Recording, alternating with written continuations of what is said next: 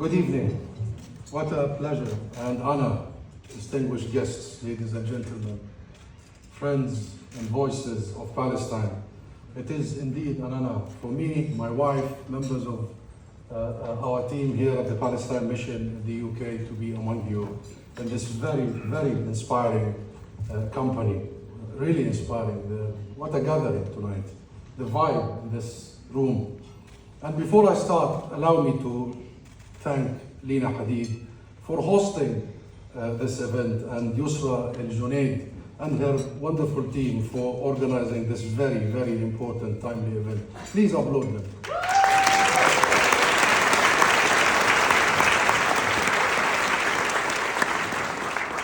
And now allow me to acknowledge the presence of a dear friend, His Excellency, the Ambassador of South Africa among us.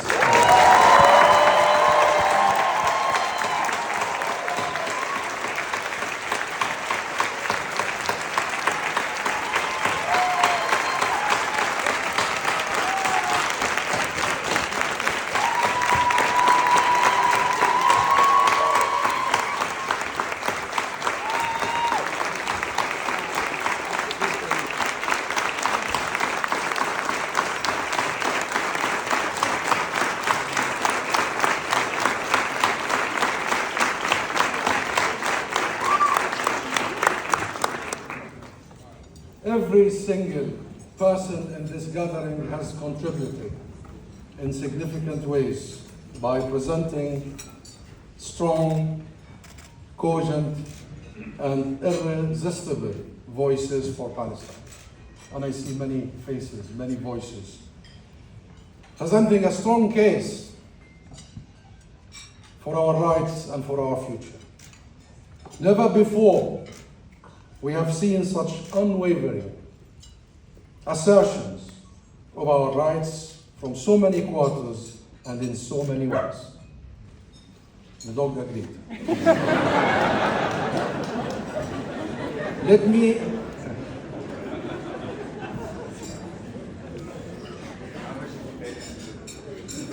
that is true solidarity. Let me give you just one example of these voices, of the presence, of the assertion, the courage and dignity shown by Dr. Ghassan Abu Setti,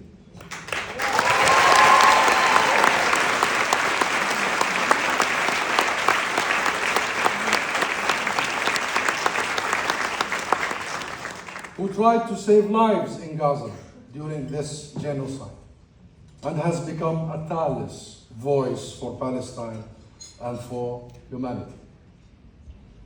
Dr. Abu Setti has not only been saving lives in Palestine, by the way. You need to know that he's been saving lives all over the world. I mentioned Dr. Abu Setti because he is an inspiring example of the many, many of you and beyond this room.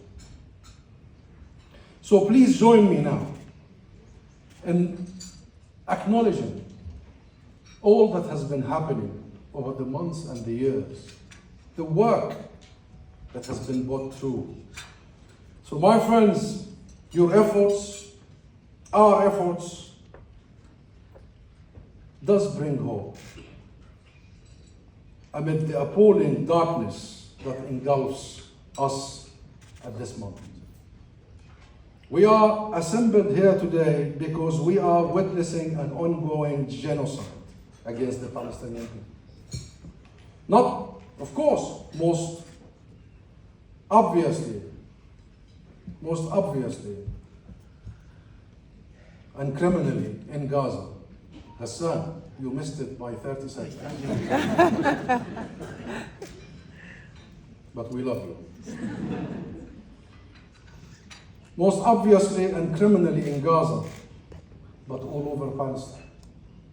The same is happening in Jerusalem, in the West Bank, and further afield.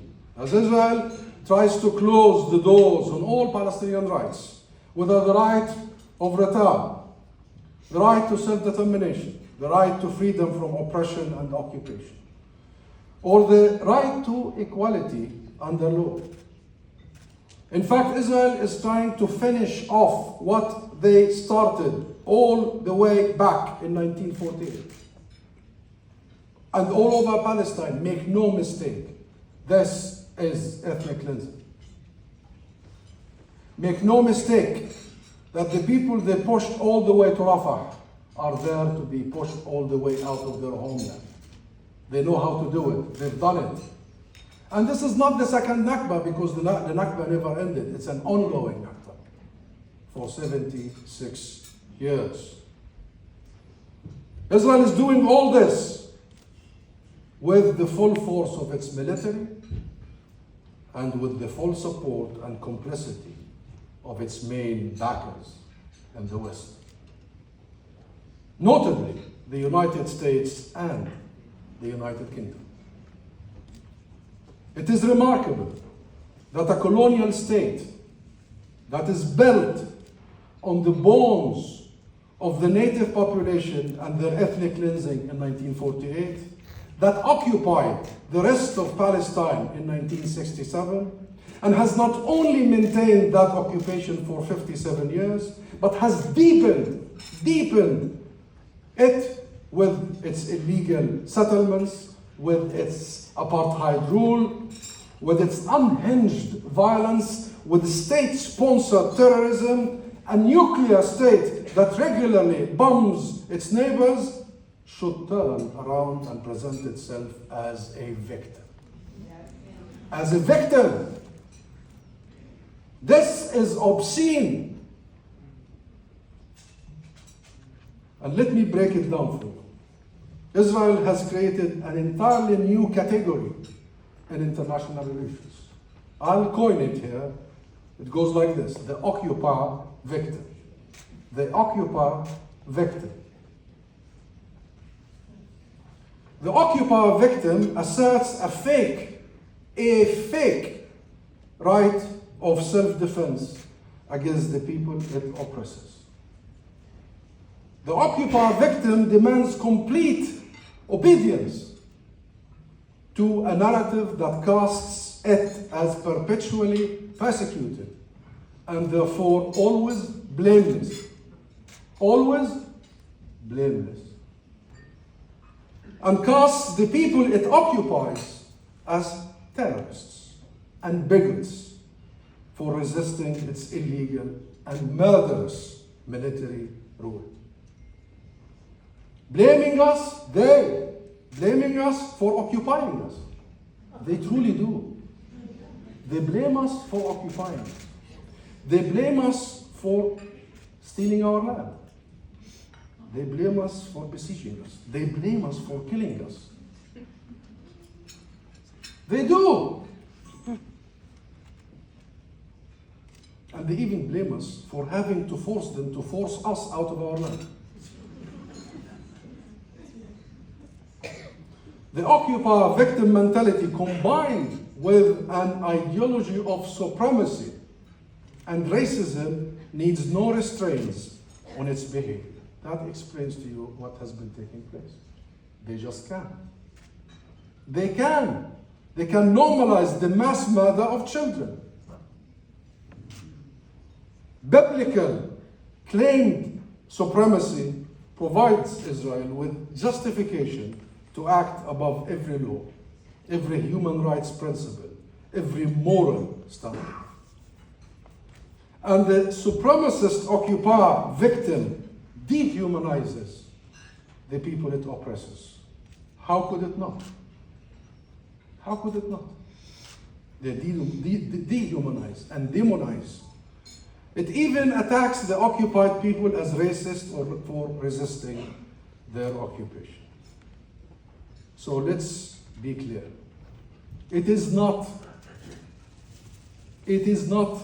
the identity of our oppressors that is at stake here with us. It has nothing to do with their identity. It is the fact of our oppression that is the issue here. And there is more. The occupier victim demands carte blanche for its system of racial domination. Carte blanche. It asserts superior rights for one group of people over another. It wants a free hand to subvert international law, international system.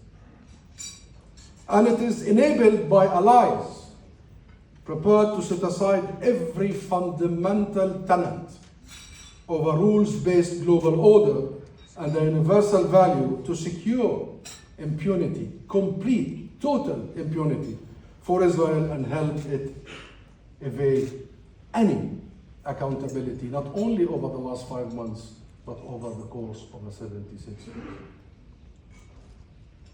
Those allies are fully aware of the genocide that Israel is perpetuating, Israel is committing, and that they are complicit with it. They know that.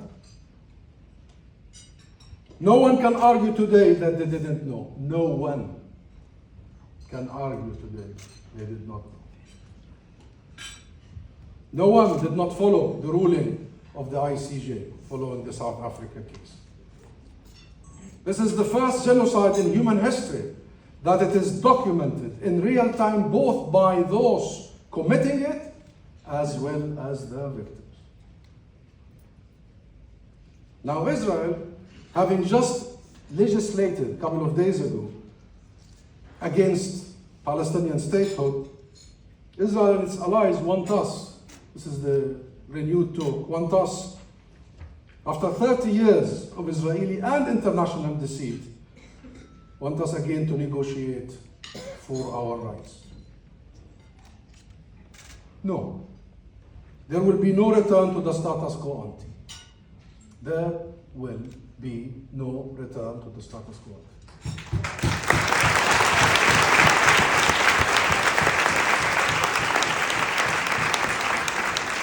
There can be no negotiations of fundamental rights, my friends. This moment, these horrors of the past 5 months, the tens of thousands killed, the mass destruction, this mass displacement cannot and will not end with vague and broken promises anymore. We've had enough of that. And continued oppression, rebranding occupation. And we will accept nothing less than the full upholding of Palestinian rights, and in simple terms, Palestinian rights to liberation and return. These are our rights, liberation and return. So my friends, I have described all the above to convey to you the significance and power of language, words, discourse, narrative, and the importance of using our voices in this struggle. Israel is holding up a broken mirror to the world and calling it reality. A broken mirror and calling it reality. Our job, with our words, with our stories, with our presence, our art, our history, our heritage, our poetry, our beauty. We are a beautiful nation. Yeah.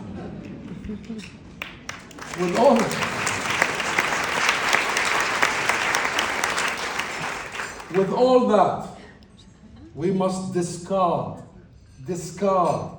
these broken shards of mirror, distorting what we see. We must discard all that. And turn the world's gaze to what is actually happening. Today presents an opportunity for all of us, here and beyond, to challenge Israel's poisonous propaganda once and for all. To challenge the hypocrisy, selectivity, double standards, petty politics, and complicity of some Western politicians. To challenge and confront the blind bias of mainstream Western media. This is our moment to present the truth. This is our moment to present the truth. To present who we are. Who we are. Our long and beautiful heritage. Our culture of tolerance.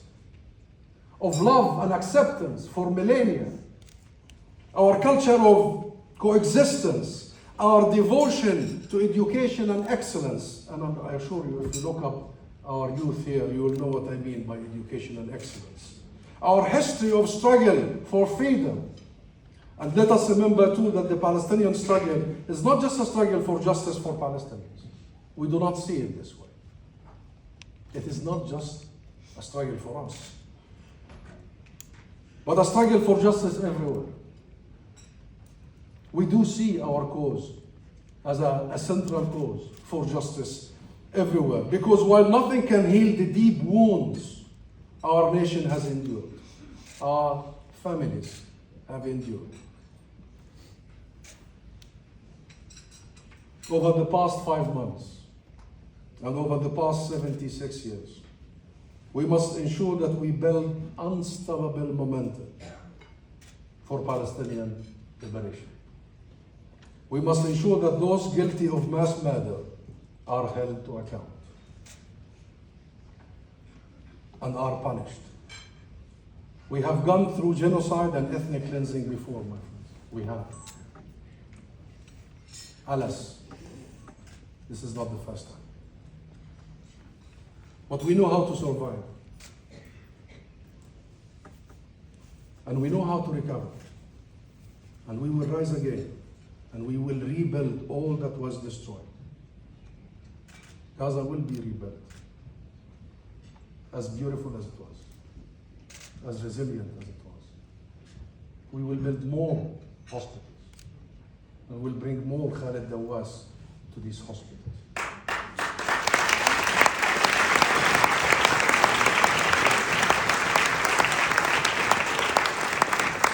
We'll bring more schools. We'll build more universities. But because we've gone through it before, this time must be the last. Never again. Never again. So my esteemed guests, if the past 5 months have brought unspeakable horror, terror to the Palestinian people, they have also been a great unmasking. Unmasking.